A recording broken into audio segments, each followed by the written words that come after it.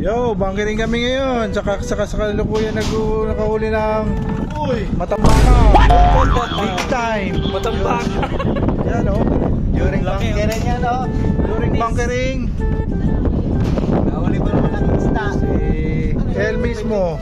Sama mo kami. And si Kuya Erwin. Segundo.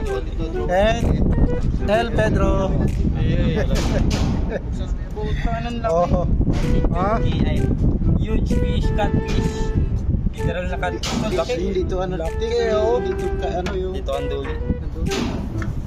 Ano yan? Ano pa? Yan o. Naman, hawak.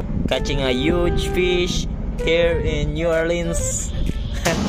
Laki oh. Yung kinain niya, yung kanduli na nahuli ko dito sa maliit na taga. Ito lang yung taga oh. Hindi ko maangat kaganina, akala ko nabalahura lang sa ano. Ganyan pala kalaki yung isda. Isang dangkal, dalawang dangkal, tatlong dangkal. Ganun kalaki tong hito na to. Pakalaki. Taba oh. Buhay pa. Wala na, di na matanggal tong kinain niya. Namin isda, catfish, napakalaki. Ito yung huli ko. Bigat. Nagpas 10 kilo to.